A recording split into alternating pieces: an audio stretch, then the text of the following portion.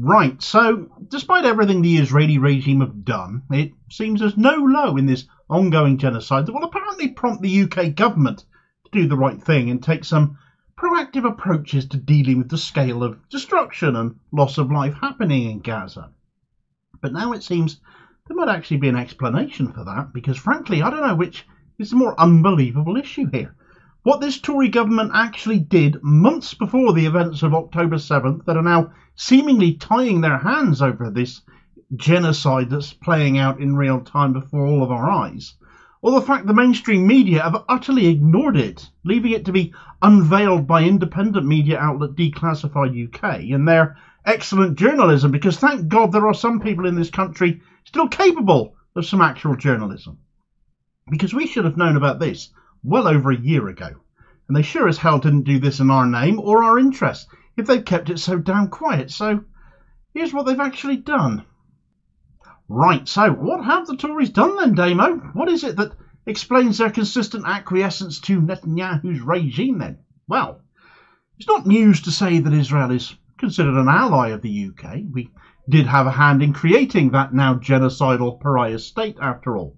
But the extent of that alliance goes a lot further than just warm words and the Memorandum of Understanding that was signed between the UK and Israel back in 2021. Itself an appalling act. Israel, after all, was behaving then no better towards the Palestinian people and their lands that it occupies then as it does now.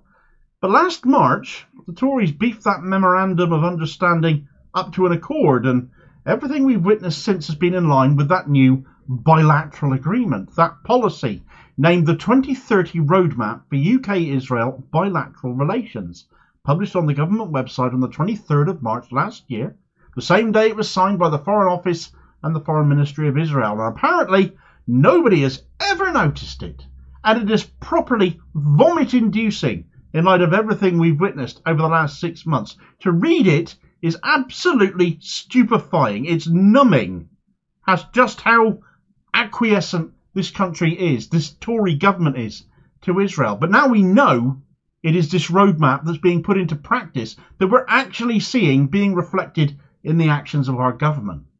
Here's an excerpt of the intro.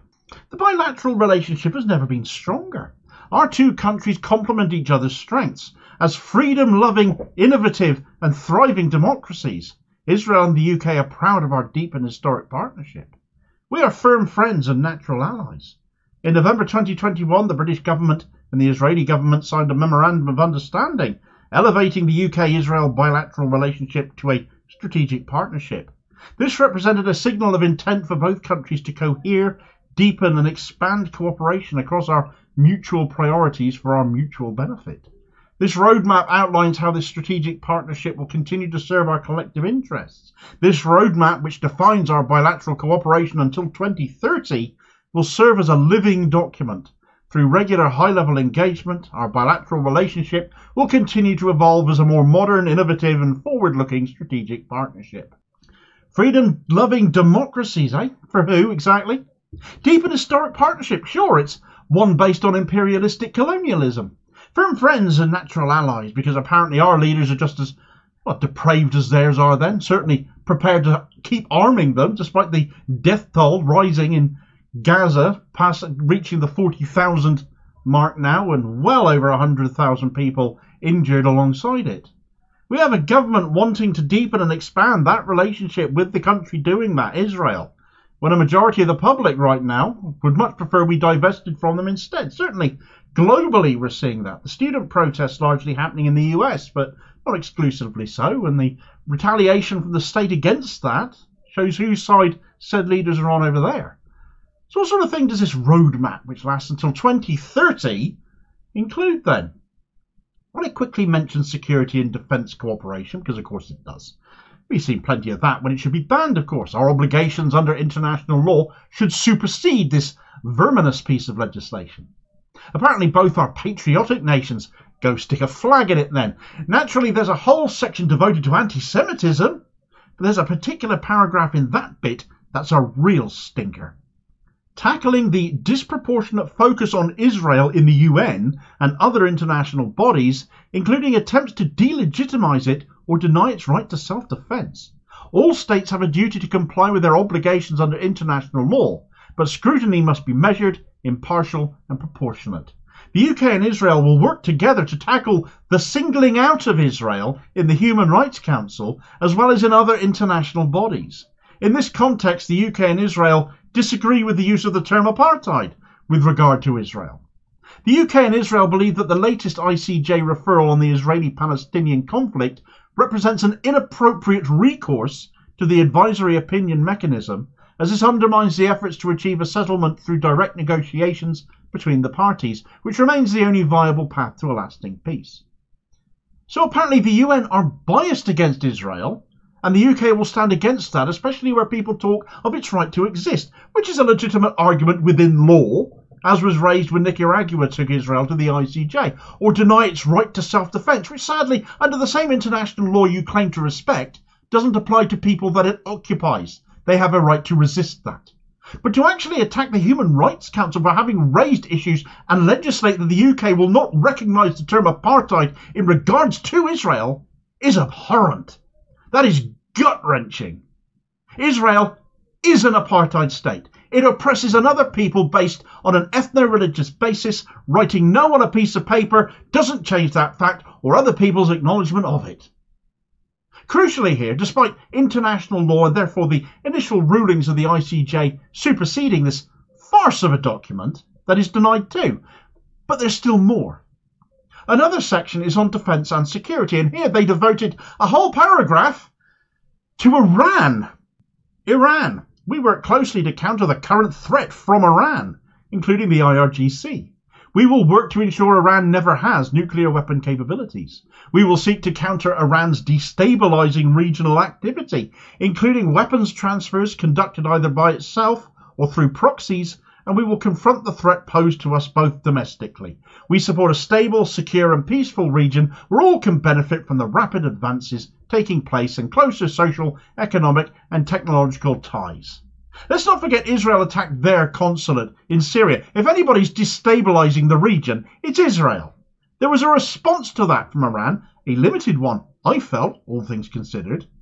But what did we do? Defend Israel from that Iranian attack, despite that, and claim the attack from Iran was unprovoked, along with the media supporting that, who failed to report on this nasty, grubby backroom deal with Israel over a year ago, back in March of 2023, or ever since.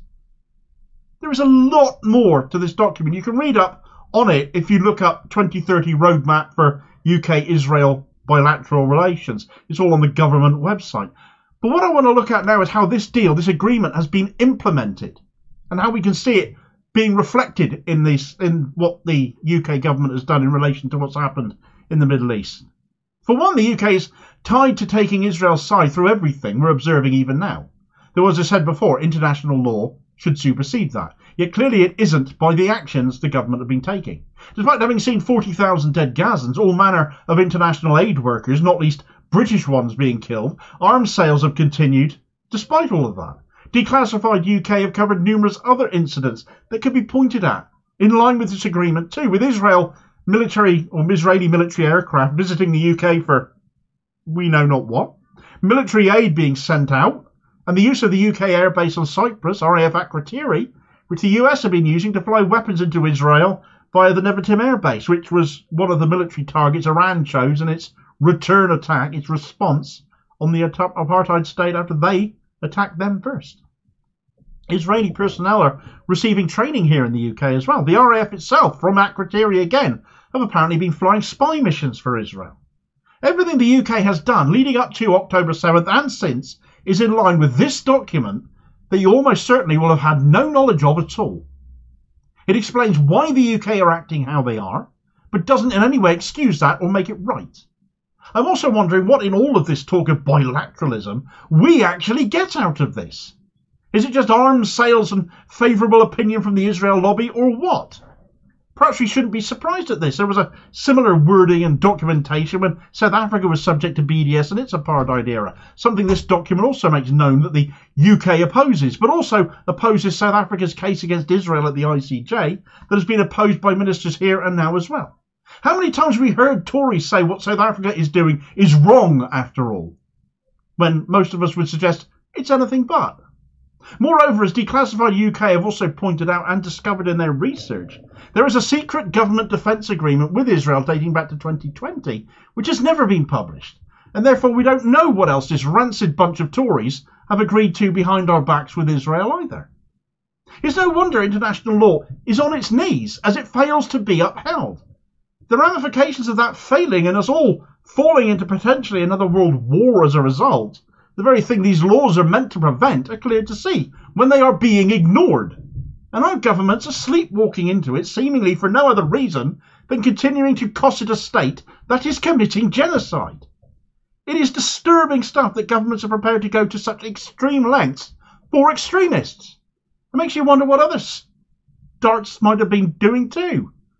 Meanwhile, as we continue to see these students kick off around the world at what is being done in their names that they do not want, the price of Zionism is a high one, as this video recommendation showing the consequences for the National Union of Students right now and the £1 million mess they are now in over that will tell you all about.